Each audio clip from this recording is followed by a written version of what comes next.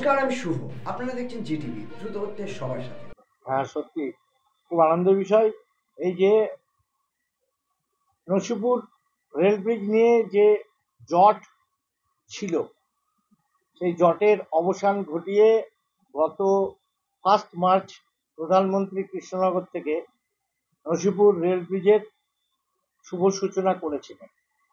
এতদিন আমরা অপেক্ষায় ছিলাম যে এই ব্রিজের উপর থেকে ট্রেন কবে যাবে। এতদিন পণ্যবাহী ট্রেন চলেছিল। আগামী 2 তারিখ গান্ধী জন্ম জয়ন্তীতে আমাদের পরম আদরণীয়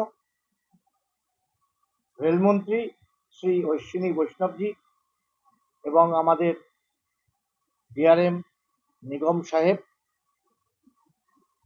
এনাদের তত্ত্বাবধানে শিয়ালদা থেকে ভার্চুয়ালি রিমোট কন্ট্রোলে উদ্বোধন হতে চলেছে কৃষ্ণনগর থেকে একটি লোকাল ট্রেন, যা বহরমপুরের উপর দিয়ে কাশিমবাজার হয়ে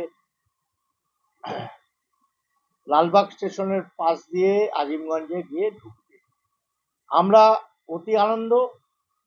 অতি আনন্দিত এবং বহরমপুরবাসী নসিপুর রেল ব্রিজের উপর দিয়ে ট্রেন চলবে কবে চলবে, এই যে দাবি ছিল, এই যে মানুষের উৎসাহ ছিল, সেই উৎসাহ নিরসন ঘটতে চলেছে আগামী 2 তারিখ।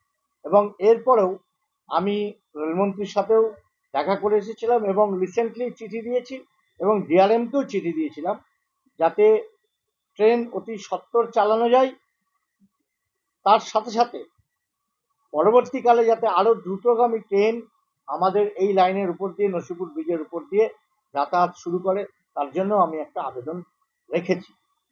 যাই হোক, এগুলোর সাথে সাথে আর একটা কথাও বলি যে আমাদের বহু প্রতীক্ষিত আমাদের গঙ্গাধার দিয়ে যে রাস্তা বেরিয়ে গেছে, সেই রাস্তার ওখানে মানকরা 124 নম্বর রেল গেটের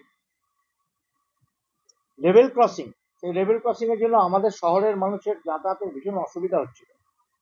তো সেটাও আমি রেলমন্ত্রী এবং ডিআরএম সাহেবকে অনুরোধ করেছিলাম একটি আন্ডারপাস করার জন্য। আপনারা গিয়ে দেখবেন আন্ডারপাস কাজ আরম্ভ হয়ে গিয়েছে।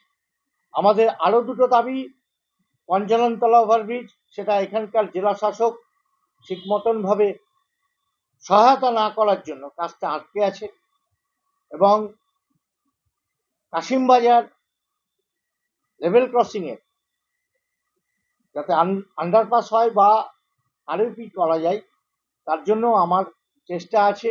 আমি সেইভাবেও রেলমন্ত্রী এবং ডিআরএম সাহেবকে জানিয়েছি। বেশ কিছুদিন আগে আপনারা আমার সাথে গিয়েছিলেন বহরমপুর রেল স্টেশনে। 2 নম্বর প্ল্যাটফর্মের উপরে শেড না থাকার জন্য, যেহেতু অমৃত ভারতের কাজ চলছে, শেড নামানো আছে, কিন্তু কতদিন মানুষ অপেক্ষা করবে। যাই হোক, আপনাদের সুষ্ঠুভাবে আপনারা আমাকে সাহায্য যে করেছেন তার জন্য আপনাদেরকে আমি ধন্যবাদ জানাই।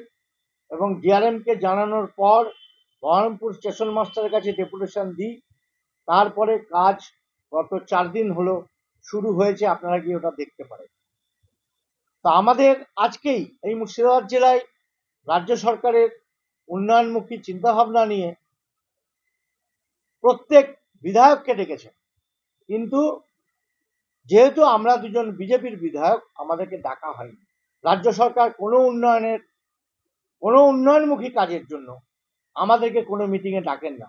যেহেতু কেন্দ্রীয় সরকার আমাদের, রেল আমাদের, আমরা চেষ্টা চালিয়েছিলাম, তার ফলে আজকে নসিপুর ব্রিজ এবং সেই নসিপুর ব্রিজের উপর দিয়ে ট্রেন চলতে শুরু করছে।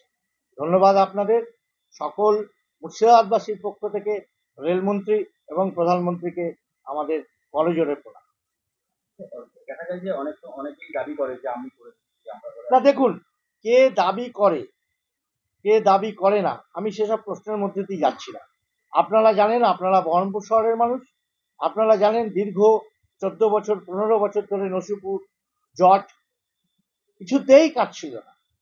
কিন্তু 2021-এর বিধানসভা ভোটের পর চুয়াপুরের ওভারব্রিজ এবং নসিপুর ব্রিজ, সেই জট কেটেছে। চুয়াপুর ব্রিজ আজ সচল, নসিপুর ব্রিজ আজ সচল। কে করেছে, কার জন্য হয়েছে, আমি সেসব বিতর্কে যেতে চাই না। কিন্তু বিধানসভায় বহরমপুর বিধানসভা এবং লালবাগ বিধানসভা জেতার পর আমরা দুজনে যে অক্লান্ত পরিশ্রম করেছিলাম সেই অক্লান্ত পরিশ্রমের ফল আমরা পেয়েছি।